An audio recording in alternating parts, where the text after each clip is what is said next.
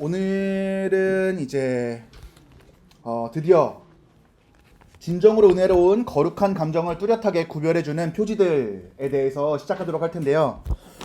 진정으로 은혜로운 거룩한 감정을 뚜렷이 구별해주는 표지들. 자, 목표는 인간의 영혼에서 하나님 보시기에 받으실 만한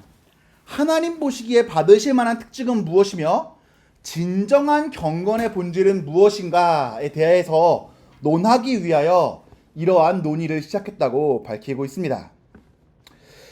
자, 우리가 이 진정한 표지에 대한 기준을 살펴볼 때 먼저 서론적인 부분으로 염두해야 할 부분들이 있습니다.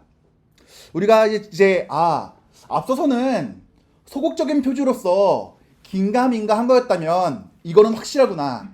이 표지가 있으면은 내가 진짜 신앙 감정이 있는 건지 없는 건지, 저 지체가 경건한 지체인지 불경건한 지체인지, 저놈이 마귀 새끼인지 아니면은 주님의 종인지 알 수 있겠구나라는 게 아니라는 거를 먼저 에드워즈는 밝히고 시작합니다. 자, 이것은 다른 사람들에게 있는 참된 감정과 거짓된 감정을 확실하게 구별할 수 있도록 그런 충분한 표지를 제시하려는 것이 아니라는 것을 먼저 밝힙니다. 그러니까 우리 이웃 가운데 누가 참된 신앙 고백을 하고 있는가, 누가 위선자인가 결정하기에는 충분한 표지를 제시하려는 의도가 아니다.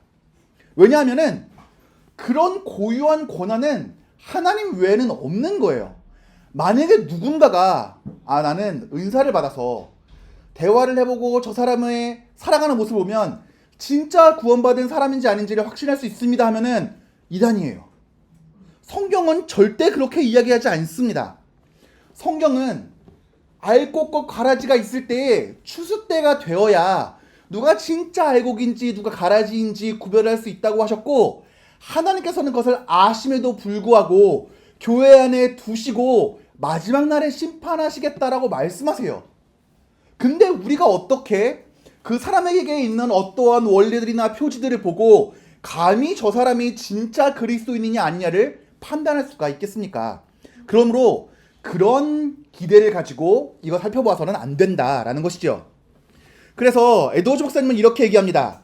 하나님께서 우리에게 이 원리를 주신 목적은 누가 하나님의 백성인지 확실하게 구별하여 알게 하시려는 것이 아니며 양과 염소를 구분하시려는 것도 아니다. 오히려 하나님 목적은 이런 판단은 하나님의 고유한 특권으로 남기시려는 것이었다라고 합니다. 그렇기 때문에 우리는 세상 끝날까지 이러한 표지들은 없습니다. 우리가 마치 옛날에 리트머스 검사지라고 하죠. 색깔 집어넣어서 이게 산성이냐 유기성이냐 이게 검색하는 것처럼 그렇게 쉽게 누가 진짜 은혜로운 신자인지 구별할 수 있는 방법은 없다는 거예요. 그리고 어떤 표지도 그리스도께서 구원 사역 가운데 목적하시는 것 그 이상을 기대해서는 안 된다라고 이야기합니다. 그러면서 이 진정한 표지라고 하는 이것이 가지고 있는 한계도 명백하게 이야기해 줍니다.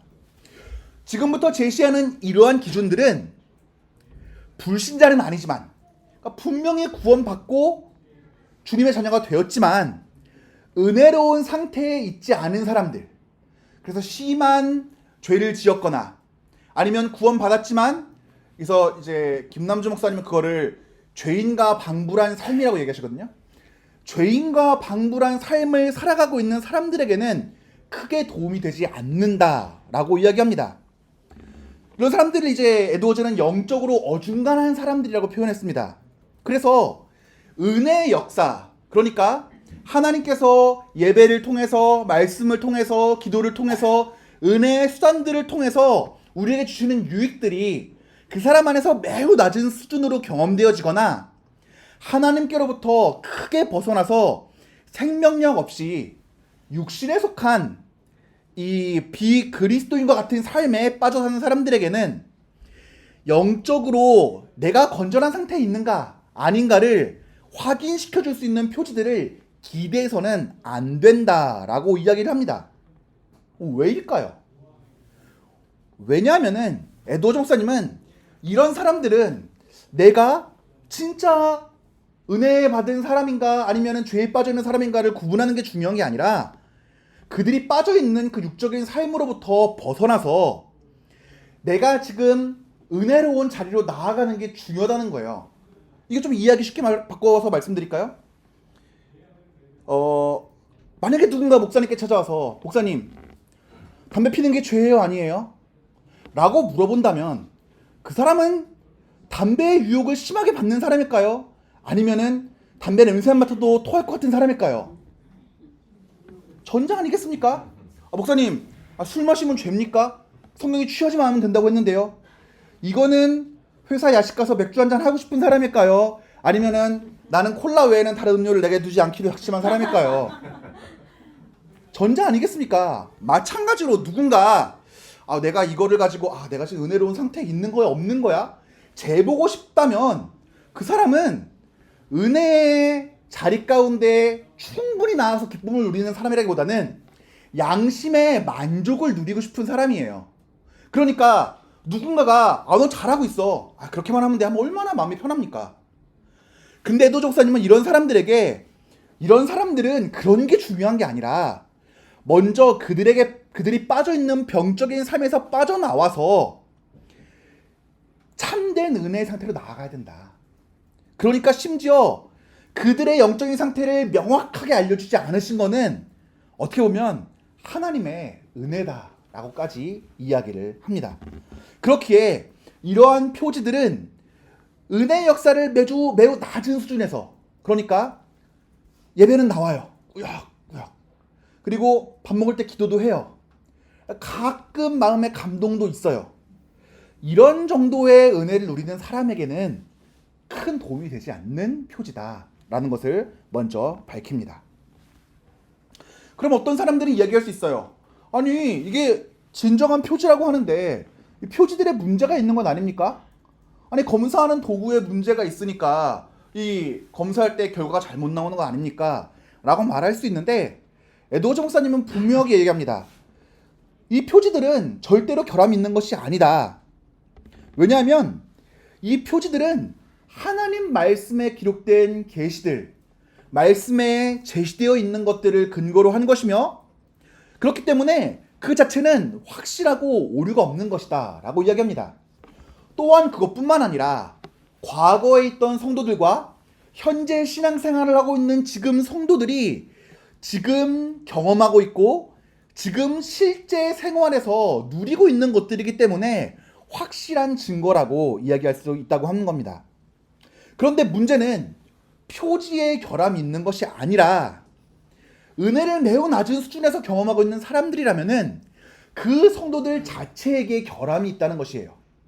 그러니까 검사를 결과하는 기구에 문제가 있는 것이 아니라 그 검사하려고 갖고 온 그 검사를 받으려는 표본 자체에 문제가 있다는 것이죠. 그거를 이중의 결함이 있다고 이야기를 합니다. 그 이중의 결함이 무엇이냐면은 첫 번째로는 은혜가 너무 저조하게 역사하는 것이에요. 참된 그리스도이지만 육신적인 삶을 사는 이들이 경험하는 은혜가 너무 많은 부패함과 섞여서 불순한 거예요. 그 부패함이 은혜를 흐리게 하고 그 은혜를 확실하게 인식할 수 없도록 합니다. 이러한 경우에는 양심에 죄책이라고 하는 안기가 낍니다. 그렇기 때문에 두려움이 생기고 평강과 기쁨을 누리지 못하는 것이죠. 제가 지난 시간에도 이 양심에 대해서 한번 말씀을 드렸습니다. 양심의 기능이 뭐라고 말씀을 드렸죠?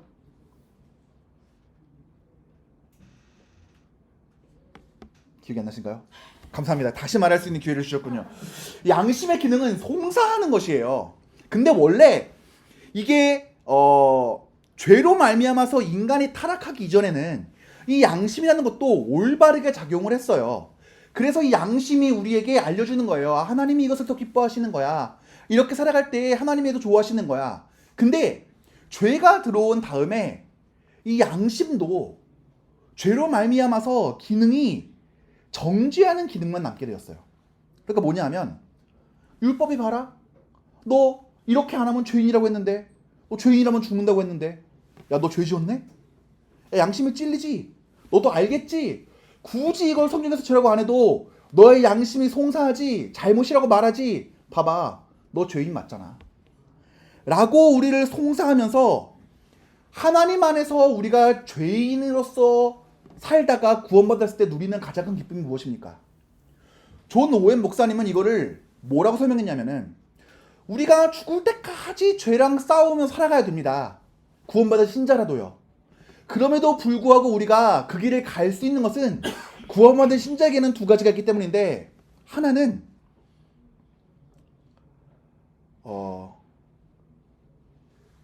하나님 안에서 누리는 담대함이며, 또 하나는 하나님 안에서 누리는 평안이라고 했어요. 그러니까 밖에 폭풍우가 심하게 치는데, 근데 이 배가 아주 견고하고 튼튼해요. 그래서 흔들리지 않아요. 그러면은 그 밖에 치는 풍랑의 크기와 상관없이 안에 있는 사람은 평안합니다. 이와 같이 주님과 함께 할 때에는 그 담대함과 평안함 때문에 우리가 주 안에서 평안을 누리며 살아갈 수가 있거든요. 근데 이 은혜를 경험하는 것이 너무 적고 저조한 사람들은 양심의 송사함으로 말미암아 두려움이 생기고 이러한 평안이 사라집니다. 이것이 첫 번째 결함입니다. 두 번째는 시력이 약해진다고 표현을 합니다. 은혜가 적게 임하고 심하게 부패하면은 시력이 약해지기 때문에 영적인 일들을 판단하고 구별하는데 어려움이 있다고 합니다. 그러니까 아무리 표지가 적절하고 오류가 없이 올바른 것을 설명한다고 하더라도 이 어둠 속에 있는 사람들이 사물을 구별하는 방법을 모른다면 알 수가 없지요. 그래서 이런 비유를 해주셨어요. 사람에게 길을 알려줍니다. 어떻게 가야 돼, 어떻게 가야 돼 알려주는데 깜깜해요. 빛이 없어요. 근데 길이 꼬불꼬불해요. 그러니까 말로만 자꾸 얘기해주는 거예요. 30m 앞 우회전입니다. 30m를 내가 어떻게 아나? 눈을 감고 있는데. 그러니까 뭔가 안내를 받는 것 같은데 명확하게 어떻게 가야 될지를 알 수가 없는 것이에요. 분명히 올바르게 안내해주고 바른 것이 무엇인지를 보여주지만 그것을 수용하는 사람 자체가 눈이 어두워져 있기 때문에 무엇이 올바른 것인지를 구별하기가 어렵다는 것이죠. 그렇기 때문에 에드워즈 목사님은 우선순위를 육신적인 삶을 사는 그들의 삶에서 저주받아 마땅한 것이 있다면 먼저 그것을 제거해야 한다. 그러면서 이러한 저주는 마치 악한과 같은 것이다 라고 합니다. 이게 무슨 말일까요? 이스라엘 백성들이 아이성을 치려고 할 때 그때 패배를 합니다. 무엇이 잘못이었습니까? 그 많은 이스라엘 백성 중에 아간이라고 하는 한 사람이 죄를 지어 범죄하게 되었을 때 하나님께서는 그 한 사람의 범죄함 때문에 이스라엘 백성들이 올바른 길로 나아가지 못하도록 하신 거예요. 그것처럼 먼저 그 아간의 죄를 묻고 그를 죽이고 정결하게 하신 다음에 다시금 승리하게 하신 것처럼 우리 안에 있는 부패한 것들을 없애고 은혜의 표지들을 구하며 나아가야 된다는 것이죠. 그런데 이렇게 우리가 확신을 추구하며 나아갈 때에 명심해야 될 것은 내가 나를 스스로 성찰하고 내가 나를 스스로 살펴보아서 무엇이 잘못됐는지를 판단하고 그것을 잘라내는 것이 아니라 은혜의 역사를 통해 확신을 추구해야 된다고 합니다. 그 은혜의 역사에는 무엇이 있을까요? 우리 함께 베드로후서 1장 5절에서 11절 한번 찾아보도록 할까요? 성경이 있으신 분들은 찾아보시고 없으신 분들은 우리 함께 읽어드리는 말씀을 한번 읽어봤으면 좋겠습니다. 성경 있으신 분들은 우리 베드로후서 1장 5절에서 11절 말씀입니다. 베드로후서 1장 5절에서 11절까지의 말씀입니다. 우리 8절까지만 읽겠습니다. 기니까 5절에서 8절까지만 읽을게요. 한 목소리 읽겠습니다. 시작! 그러므로 너희가 더욱 힘써 너희 믿음의 덕의 지식을, 지식의 절제를, 절제의 인내를, 인내의 경건을, 경건의 형제 우애를, 형제 우애의 사랑을 더하라. 이러한 것이 너희에게 있어 흡족한즉 너희로 우리 주 예수 그리스도를 알기에 게으르지 않고 열매 없는 자가 되지 않게 하려니와. 그리고 9절에는 이렇게 되어 있습니다. 이런 것이 없는 자는 맹인이라 멀리 보지 못하고 그의 옛죄가 깨끗하게 된 것을 잊었느니라. 우리가 8절까지 읽은 그 은혜의 역사들이 없는 사람들은 맹인이라고 합니다. 앞을 볼 수가 없는데 그 사람이 아예 구원받지 못한 사람이 아니라 옛 죄가 깨끗하게 된 것을 잊어버린 사람들이라고 합니다. 이런 사람들을 향하여 에드워즈 목사님은 그 앞에 있는 은혜의 역사들을 다시금 회복하면서 그로 말미암아 올바른 확신을 추구하며 나아가야 된다라고 말씀하십니다. 자, 그러면서 또 하나 표지가 갖는 한계는 무엇이냐면은 위선자들을 향한 한계에 대해서 이야기를 합니다. 이게 무슨 말일까요? 이 위선자들은 누구냐면은 이미 잘못된 확신을 가지고 대단한 체험과 특권을 소유했다고 자부하는 사람들이에요. 그런 사람들을 이게 뭐 딱 맞는 표현인지 모르겠지만 또 위선자라고 표현합니다. 그래서 이 참된 신앙감정과 거짓된 신앙감정을 구분하는 표지만으로 이미 거짓된 이해와 감정에 속고 있는 사람들을 설득할 수가 없다는 것이에요. 왜냐하면은 그 사람들에는 이미 자기들의 확고한 확신과 신념이 있습니다. 주변 사람들이 아무리 너희가 잘못했어 이야기해도 그 사람들은 들으려고 하지 않아요.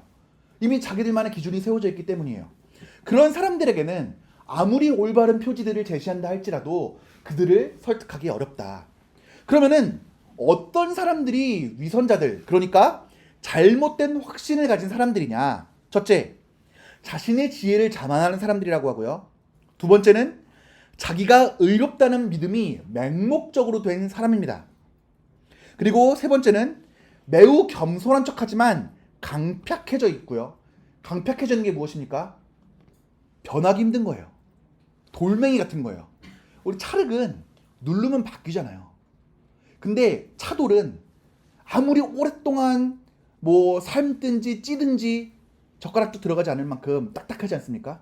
그렇게 굳어진 것을 강팍한 거라고 해요. 그러니까 겸손한 척하지만 누구의 조언도 듣지 않는 사람입니다. 그리고 스스로를 높이고 영화롭게 하는 일을 좋아하는 사람들입니다. 그렇기에 예수님께서는 바리새인들을 향하여 위선자라라고 말씀하신 것입니다. 그러면 적절한 원리의 유익은 무엇이냐? 위선자들을 설득하기 힘들고 그들에게 올바른 증거와 표지를 들이밀어도 그들은 받아들여지지 않지만 그럼에도 불구하고 하나님께서 하시고자 마음먹으시면 이러한 선한 것들을 사용하셔서 그들을 깨트리고 변화시킬 수 있기 때문에 그러한 하나님의 은혜나 역사까지 무시해서는 안 된다. 그리고 이러한 원리들은 참된 성도들로 하여금 더욱더 믿음이 순수해지고 정결해지도록 하는데 돕는 수단이 될 것이다 라고 이야기를 합니다. 자, 그래서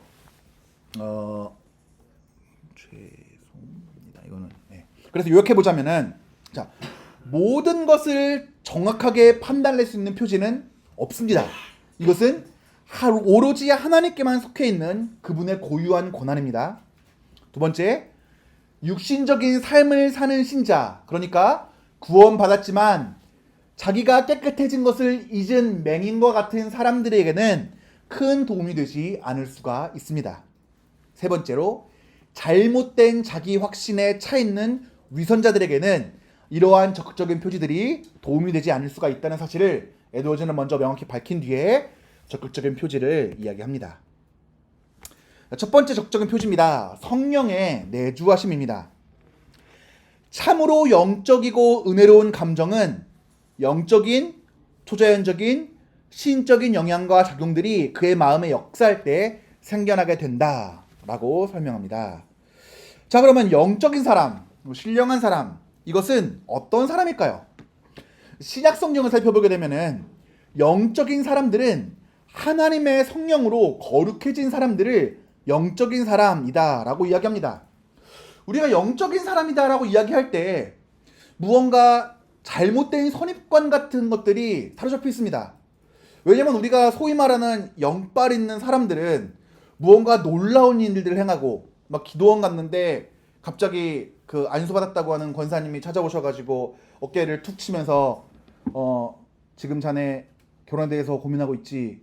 아니면은 너는 사모가 될 상이야, 너는 목사가 될 상이야 하면서 마치 미래를 예언하는 것처럼 하든지, 아니면은 방언으로 막 기도하는 사람 옆에 가갖고 가만히 있다가 형제 방금 방언으로 뭐라고 기도했죠? 나는 방언 통역의 은사를 받은 사람이에요. 주님께서 나에게 말씀하셨는데 형제에게 이렇게 전화를 하셨어요. 막 이런 사람들이 되게 영적인 사람인 것처럼 보이잖아요. 근데 성령에서 말하는 영적인 사람은 이런 것과는 아무런 상관이 없는 사람입니다. 그들은 물론 성령께서 은사로 거저주심으로 놀라운 은사들이 있을 수는 있습니다. 언제 기회가 되면은 그렇다면은 이 은사는 어디까지가 은사고 어디부터는 위험한가에 대해서 또 얘기할 수 있으면 좋겠지만 오늘은 일단 넘어가고요. 이 영적인 사람들은 뭐와 대조되는 사람이냐면은 육신에 속한 사람들과 대조되는 사람이에요. 육적인 사람들과 영적인 사람들, 이 두 개의 분류입니다. 그러니까 성령이 안에 거주하시면서 새롭게 된 사람은 영적인 사람이고 거듭나지 못한 사람이 육적인 사람이라는 것입니다. 그래서 영적인 사람과 육적인 사람 모두 마음에 좌소가 있습니다. 우리 사형리 보게 되면은 축축축축 넘어가 보면은 동그라미 하나 있고 의자 하나 있고 그 다음에 여기 나 있고 점 막 이상하게 찍혀 있고 또 의자 있고 예수님 십자가 있고 나 있고 이게 좀 똑바로 그려져 있고 있잖아요. 그것처럼 이해하기 쉽게 하려면 로봇 조종석 같은 거예요. 물론 좀 다르긴 하지만.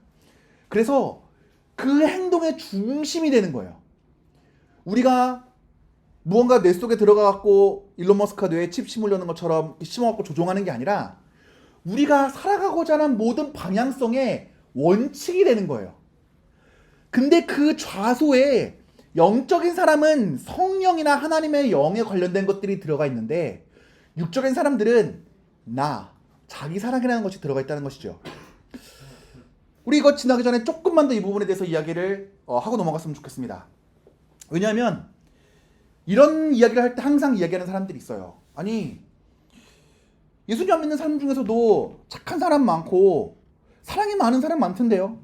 근데 왜 꼭 그리고 오히려 예수님 믿는다고 하는 사람 중에서 나쁜 사람 많던데요. 이거 어떻게 된 거예요? 라고 이야기하는 사람들이 있습니다. 그런데 엄밀히 이야기를 하면 사람은 누구나 구원받지 못한 사람은 자기 사랑을 중심으로 살아갑니다. 근데 그 자기 사랑이 어디까지 확장되느냐예요.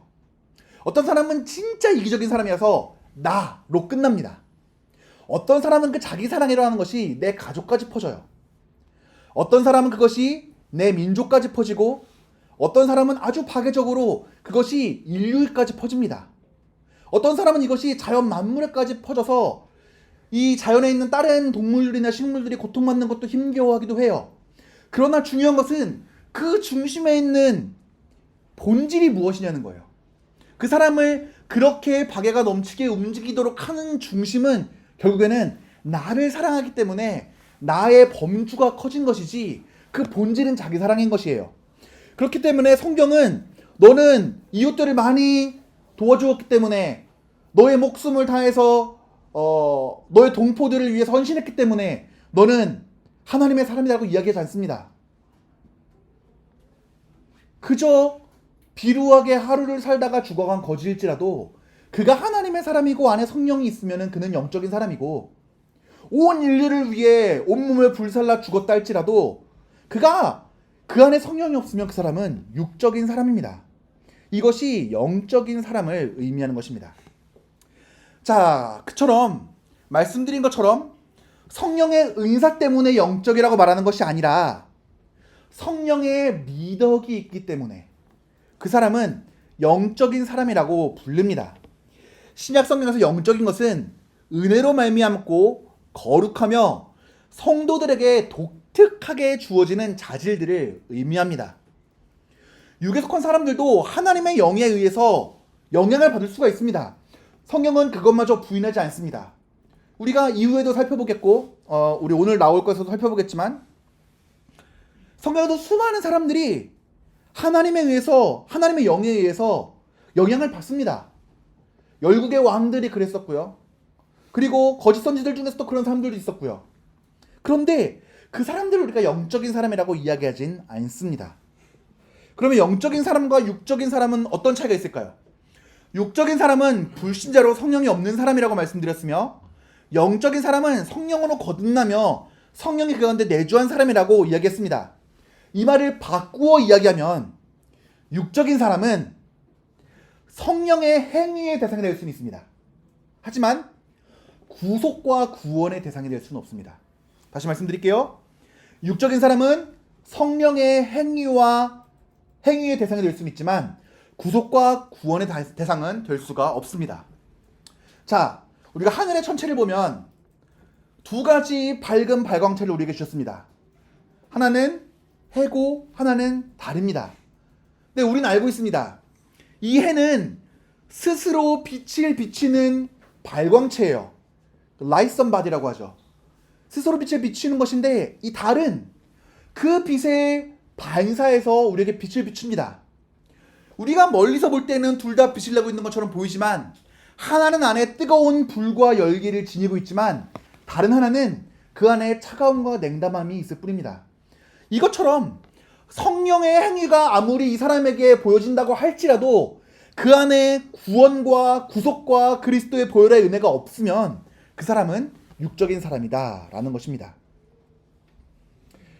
이런 얘기들이 목사님 너무 쉽고 당연한 얘기를 자꾸 너무 강조하는 거 아니에요? 라고 이야기할 수 있는데, 우리가 우리 시대에도 마찬가지지만 이 에드워즈 목사님 시대에는 이런 것들을 분별하며 구별해내는 것이 매우 중요한 시대였어요. 잘못된 부흥에 대한 관념들, 잘못된 구속과 구원에 대한 인식들 때문에 사람들이 왜 구원받은 신자가 자꾸 이렇게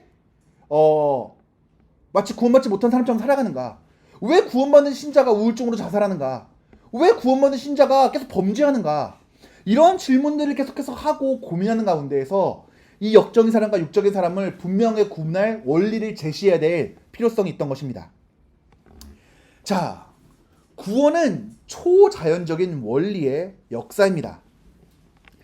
진정한 신자들이 체험하는 은혜로운 구원의 역사는 인간의 본성을 완전히 넘어선 것입니다. 사람의 본성으로 자신 안에 있는 자연적인 원리와 역사와는 전혀 다른 초자연적인 역사입니다.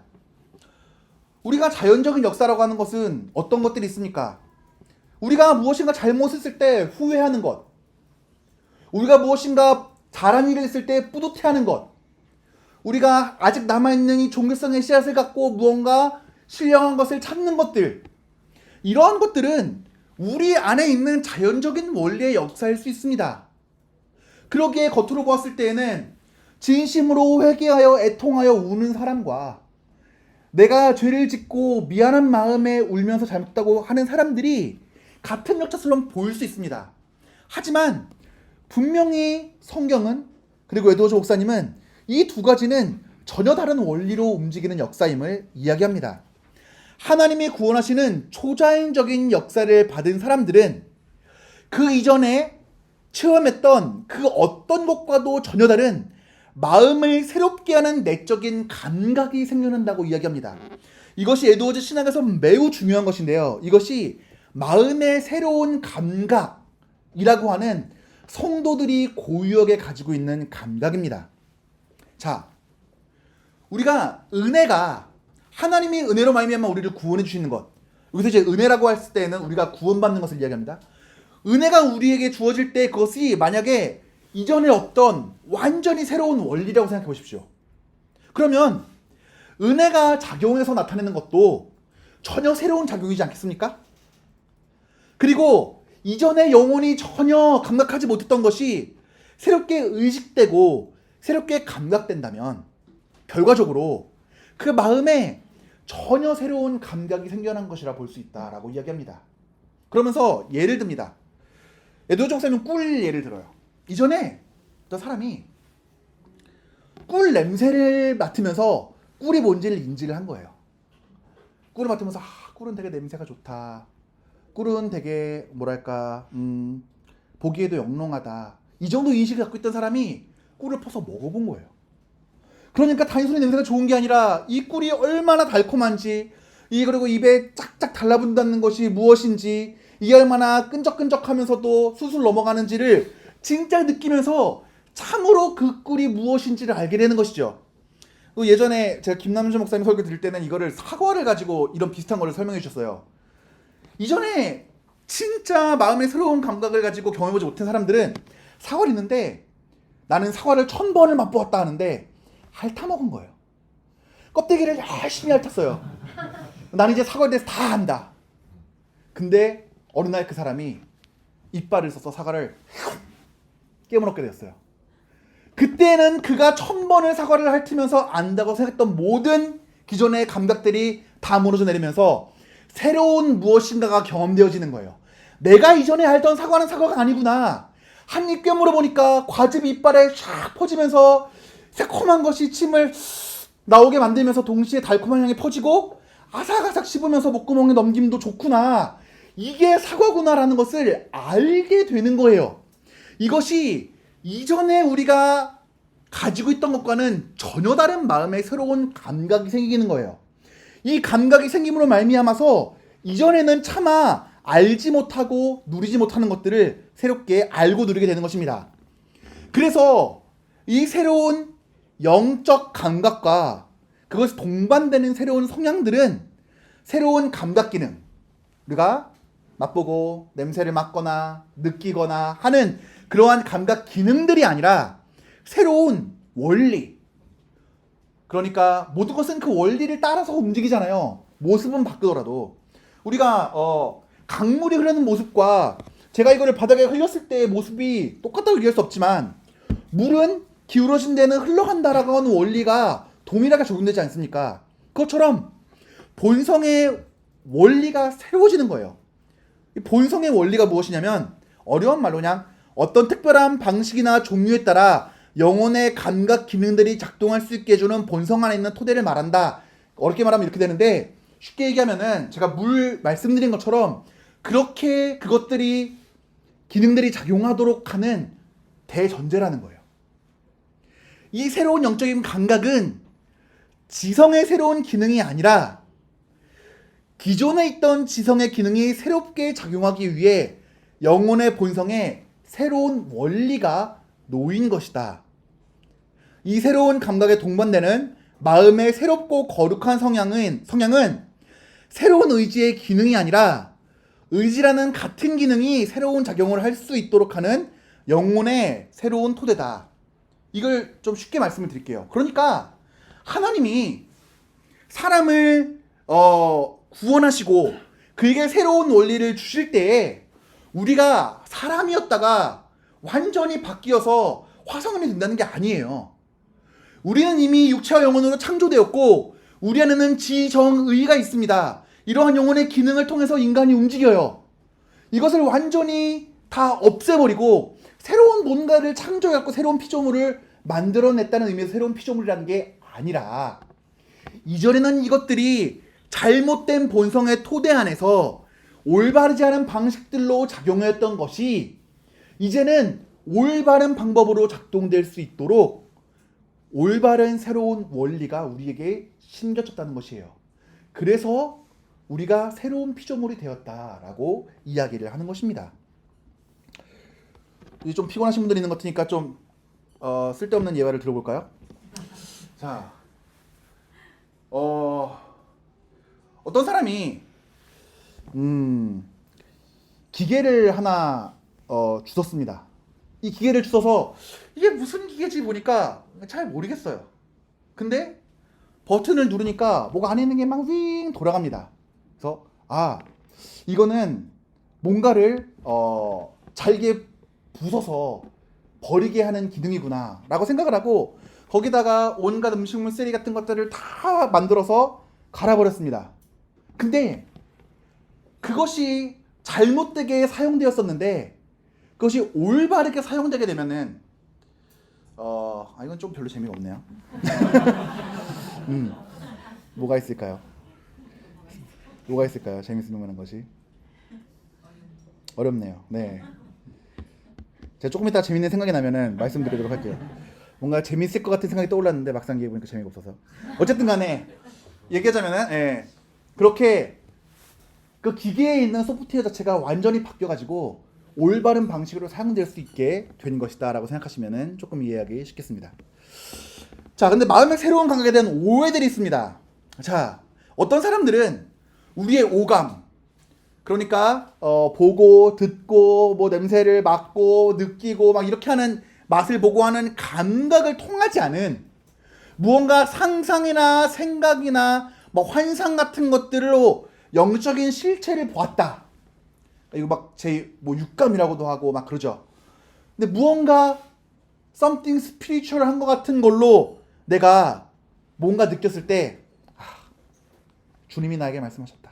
확신하는 경우가 있다고 이야기합니다. 그래서 내가 눈을 감고 기도를 하는데 갑자기 나는 눈을 감고 있는데 막 엄청나게 환한 빛이 비추면서 무언가 천국 것을 맛보았다. 그리고 내가 눈을 감고 자는데 십자가에 달려 계시는, 그러면서 나를 받아주시는, 보좌에 앉아 계시면서 나를 향해 손짓하시는 그리스도를 보았다. 내가 그냥 길을 걸어가고 있는데 갑자기 특별한 어떤 성경 구절, 내가 너를 사랑하노라 하는 것들, 그 다음에 내가 층것을 옆에 있는데 내가 갖고 싶은데 갑자기 강하고 담대하라 해서 주님이 내게 주시는 거구나. 그리고 막 예배 시간에 졸리는데 말씀이 들리는 거예요. 사랑하는 자에게는 잠을 주시는도다. 아멘. 목사님 말씀이 중요하지, 성경 말씀이 중요하지, 주님이 나한테 말씀하셨는데, 이러한 것들이 우리에게 주어졌을 때 뭔가 something spiritual한데? 이거 되게 초자연적인 것 같은데? 그러니까 이건 하나님께로부터 온 거다 라고 생각하는 사람들이 있습니다. 하지만 이러한 체험은 거듭나지 않은 사람들에게도 얼마든지 있을 수 있는 것이며, 이러한 체험을 위해서 중생이나 새로운 감각 같은 것은 필요 없습니다. 오히려 이단들 보십시오. 놀라운 일들 많이 합니다. 뭐 신령한 체험 많이 해요. 뭐 지나가면서 이마 때리면서 병 고치는 거 보십시오. 예수가 주께서 그런 거 보셨습니까? 없습니다. 근데 오히려 그런 데서 훨씬 더 그런 거 많이 한다고 이야기를 해요. 그런데 여러분, 만약에 눈 감고 있는데 빛 보고 싶으세요? 그러면은 눈을 지그치 눌러보세요. 30초 있으면은 갑자기 하얘지기 시작합니다. 다만 문제는 오랜 동안 그렇게 하면은 시력이 나빠질 수 있습니다. 그리고 예전에 이제 그런 것들이 있었거든요. 이단들 사진 찍었는데 사진에서 막 성령의 영이 막 움직이는 게 찍히고, 근데 막 필름 전문가가 볼펜 하나를 밑에 초점을 휘어갖고 대니까 똑같은 현상이 일어나더라고요. 그러니까 얼마든지 그런 거 할 수 있어요. 근데 심지어 뭐 전혀 한의학 같은 거 배워본 적이 없는 그 청년들이 이제 교회가 없는 지역 가서 막 전도할 때 그 한의사 선생님이 단기 특강으로 하루 동안 여긴 찔러도 위험하지 않은 곳이니까 눕혀놓고 움직이지 못하게 하고 말씀 전해야 되니까 여기다 찔러라 했는데, 그 지체가 찔렀는데 마비가 됐던 사람이 마비가 풀렸어요. 그렇다고 그 사람이 한의사입니까? 아니죠. 이러한 일들은 굳이 중생이나 새로운 감각 그런 것이 없어도 얼마든지 일어날 수 있는 것입니다. 꿈꾸다가 환상 들을 수 있고요. 가위만 눌려보세요. 별의별 신기한 일들이 다 일어납니다. 근데 이러한 것들을 보고 신령한 것이라고 여기면 안 된다는 거예요. 그러면서 에드워드 목사님이 이렇게까지 얘기합니다. 십자가 주위에서 그리스도를 육안으로 봤던 유대인들을 생각해봐라. 그들이 예수님의 원수였는데 그들이 십자가를 본 것과 네가 환상에서 보았다는 십자가와 다를 게 뭐가 있냐? 너 안에 중생이 없고 너 안에 성령으로 말미암은 새로운 감각이 없으면 너가 십자가 아니야, 십자가 할아버지를 봐도 그것은 너 안에 있는 성령의 역사와 아무런 관련이 없다라는 것입니다. 근데 이거를 오해하게 만드는 것은 성령 하나님의 일반적인 보편 사역과 구원을 향한 특별 사역을 구분하지 못하는 데서 오는 오해이기도 합니다. 자, 어떨 때는 진짜 상상이 아니라 성령 하나님께서 진짜 그렇게 하실 때도 있어요. 이 발람의 예를 보십시오. 발람 예언했을 뿐만 아니라 그는 민수기 24장 16절 17절을 보게 되면은 예수 그리스도에 대한 생생하고 뚜렷한 관념까지 이야기를 합니다. 이거는 좀 재밌는 부분이니까 한번 찾아볼까요? 민수기입니다. 우리가 민수기 24장 16절, 17절인데 15절부터 보겠습니다. 이제 우리가 보통 이제 발람 얘기할 때에는 이스라엘 저주하려다가 하나님 막으셨다 그 부분 생각하잖아요. 근데 그뿐만이 아니었어요. 민수기 24장 15절부터 17절입니다. 민수기 24장 15절부터 17절 우리 찾으셨으면은 찾으신 분들은 보시고 못 찾으신 분들은 들어보십시오. 제가 읽어드리겠습니다. 예언하여 이르기를 부올의 아들 발람이 말하며 눈을 감았던 자가 말하며 하나님 말씀을 듣는 자가 말하며 지극히 높으신 자의 지식을 아는 자 전능자의 환상을 보는 자 엎드려서 눈을 뜬 자가 말하기를 내가 그를 보아도 이때의 일이 아니며 내가 그를 바라보아도 가까운 일이 아니로다. 한 별이 야곱에게로부터 나오며 한 주가 이스라엘에게서 일어나서 모압을 이쪽에서 저쪽까지 쳐서 무찌르고 또 셋의 자손들을 다 멸할지어다. 이 한 별이 구속자를 이야기하는 것입니다. 그런데 이것이 구속자에 대한 그러한 성령의 놀라운 일들이 그 사람에게 주어졌다고 하더라도 그것으로 말미암아 그가 구원받은 것이 아니며 이것은 그리스도에 대한 영적인 발견이 아니었다는 것이죠. 이것은 성령이 특별히 역사하신 것이지만 성령이 역사하신 것이지만 그것은 우리가 은총도 두 가지로 나누잖아요. 일반 은총과 특별 은총으로 나누잖아요. 그래서 계시도 일반 계시와 특별 계시로 나누지 않습니까? 일반 은총이 무엇입니까? 우리가 공기를 마실 수 있는 것, 우리가 햇빛을 누리는 것, 하나님 만드신 피조세계 가운데 살아가는 것, 사람들이 사회를 누리며 살아갈 때 일정한 도덕적인 덕을 가지는 것들, 이런 것들. 특별한 은총은 무엇입니까? 구원받은 신자가 하나님의 구원하심을 입는 것들, 그런 말미암아 하나님에 대해서 아는 것들, 이런 것들이 특별한 은총이지 않습니까?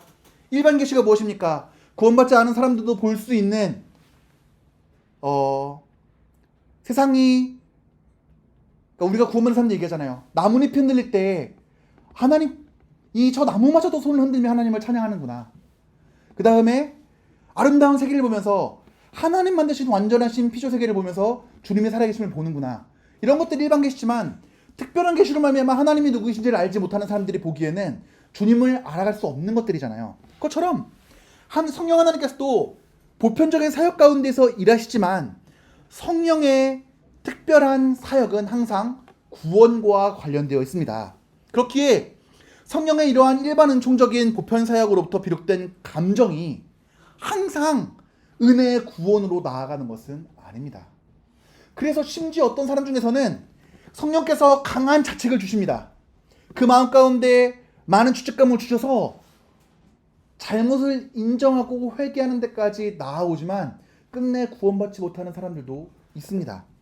항상 그러한 감정들이 구원을 이루는 것이 아닙니다. 또 하나는 이 이야기는 이제 반복적으로 나오는데요. 성령 본문이 갑자기 떠오르는 경우예요. 성령께서 사람들의 마음에 떠오르는 구절을 사용하실 수가 있습니다. 근데 감정의 토대가 되는 본문에 담긴 진리에 대한 영적인 이해나 달콤한 자각이 없이 단지 우발적인 본문이 떠올랐다고 해서 그것이 영적인 것은 아닙니다. 조금 이따 좀 더 쉽게 설명해 드릴게요. 들어보세요. 일단 자, 누가복음 12장 32절 무슨 내용이냐면 하나님이 독생자를 따르기를 기뻐하시는 자들에게 하나님 나라를 주시기를 기뻐하신다 라는 말씀을 듣고 마음에 영광스럽게 느끼더라도 모든 감정과 소망의 토대가 되는 하나님 나라의 거룩하고 영광스러운 본질과 천국을 주시는 그분의 거룩한 영광과 천국을 죄인에게 나눠주기를 기뻐하시는 탁월한 은혜를 맛보거나 느껴서가 아니라 나한테 하늘나라를 주신다고 하니까 자의적으로 상상함으로써 기뻐한다면 그건 속고 있는 것이다 라고 이야기를 합니다. 이거를 조금 더 쉽게 바꿔서 이야기하면 이런 겁니다. 사람들은 성경 말씀이 딱 떠올랐을 때 그 말씀이 가지고 있는 참된 진리의 빛에 감격해서 좋아하는 게 아니라 방식 때문에 감격한다는 거예요. 그냥 평범하게 성경을 읽다가 감동이 될 수도 있는데 갑자기 내가 암송하지도 않은 말씀 구절들이 머릿속에 대해서 박히면서 그 말씀이 마음에 감동을 주었다고 생각해 보십시오. 그때 그 말씀이 지니고 있는 참된 진리의 빛 때문에 감동하는 게 아니라 저 사람은, 심지어 저 목사님은 말씀을 십독을 했는데 이런 게 없었는데 나한테만 특별하게, 마치 똑같이 애들한테 초콜릿 나눠주는데 나한테는 빨간 포장지에 싸서 줬다고 쟤나 좋아하나 봐 라고 생각하는 것처럼, 주어지는 본질이 아니라 방식을 보면서 특별하다고 생각하는 것, 너가 그렇게 생각한다면은 너가 그렇게 속고 있다는 증거야 라고 말씀하시는 것입니다. 올바른 감동은 방법이 아니라 그 안에 있는 본질 때문에, 그 성경 진리가 함유하고 있는 진리의 아름다움 때문에 감동하는 것이지 결코 그 방식이 아니라는 것입니다. 그래서 에드워즈 목사님은 이렇게 이야기합니다. 하나님의 영은 그런 은혜로운 감정을 불러일으키기 위해 성경 말씀을 사용할 때도 있습니다.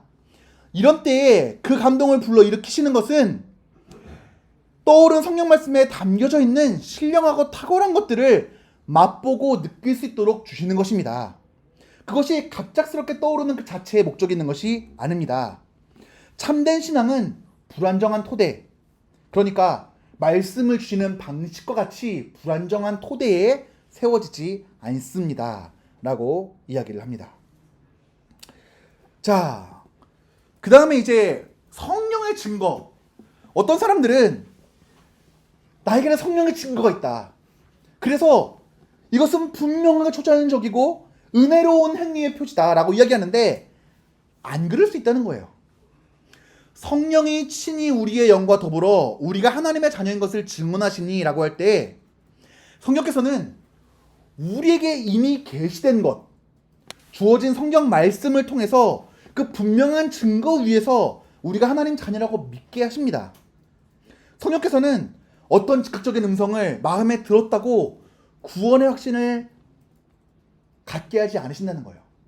그러니까 내가 내 주 되신 주를 사랑하고 나를 구원하신 예수 그리스도를 사랑하고 하는 것이, 성경 말씀을 읽는데 예수 그리스도께서 죽으심이 얼마나 값진 것이고 내가 얼마나 죄인인 것을 계시된 말씀을 통해서 우리가 알고, 그것이 우리 안에 내주하신 성령께서 증거하여 주심으로써 우리가 나는 구원받은 자녀다라고 확신하는 것이지, 성령께서 마음속에 사랑하는 내 딸아 이런다고 그것이 성령의 증거가 아니라는 거예요.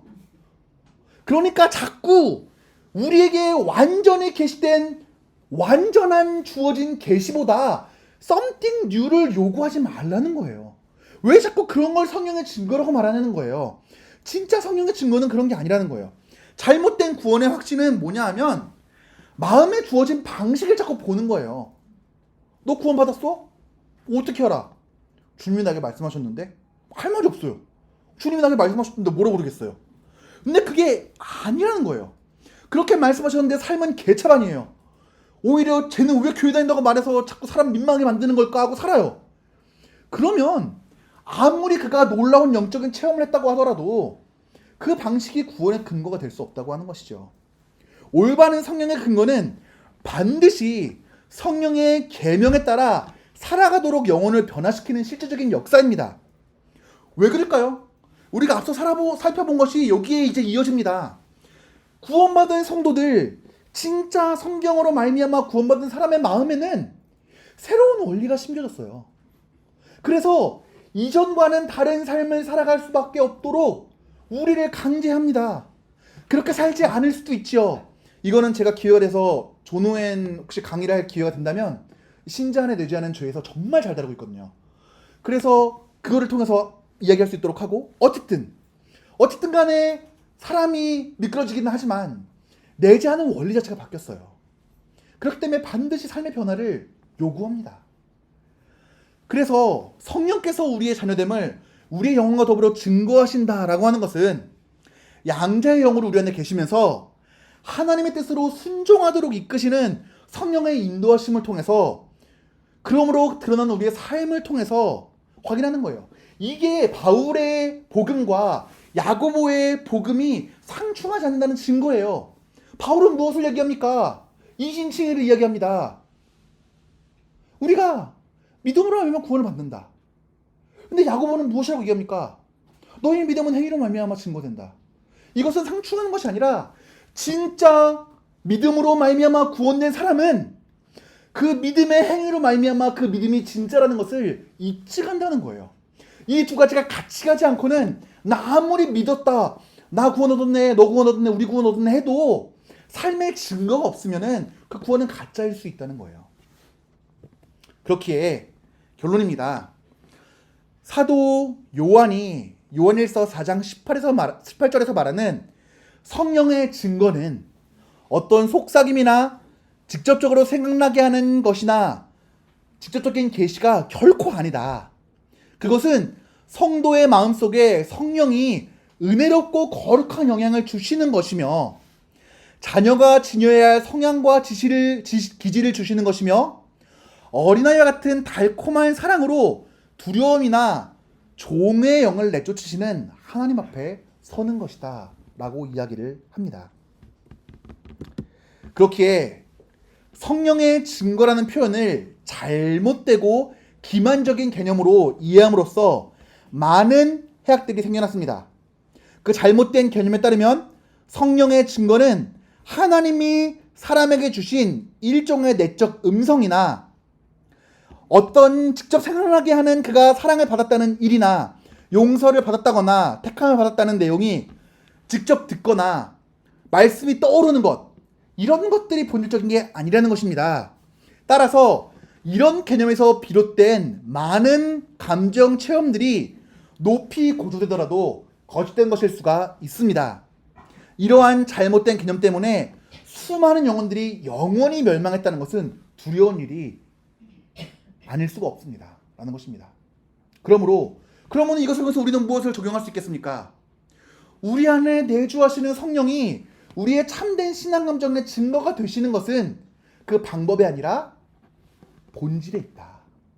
우리를 구원하신 성령께서 나를 구원받는 사랑에 합당한 삶으로 살아가게 하시고 날마다 새로운 구원을 경험하게 하시고 이전과 다른 삶을 살아가게 하시는 것, 그거 자체가 우리 안에 있는 진실한 증거지 무언가 특별한 방법으로 우리에게 주입되는 것이 참된 증거가 아니다라는 것이 오늘 적용이 될 수가 있겠습니다.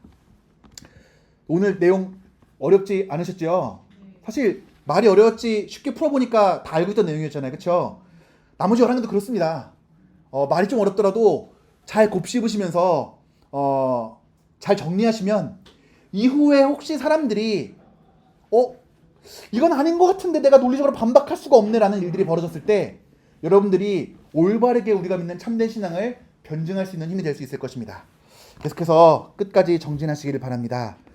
우리 다음 주는 부활절에서 강의가 없고 그 다음 주에 뵐 때에는 우리 진정한 신앙 감정의 표지 두 번째, 하나님의 하나님 되심을 인식하는 것 346에서 364페이지까지를 읽어 오시면 되겠습니다. 다음 시간에 뵙도록 하겠습니다. 우리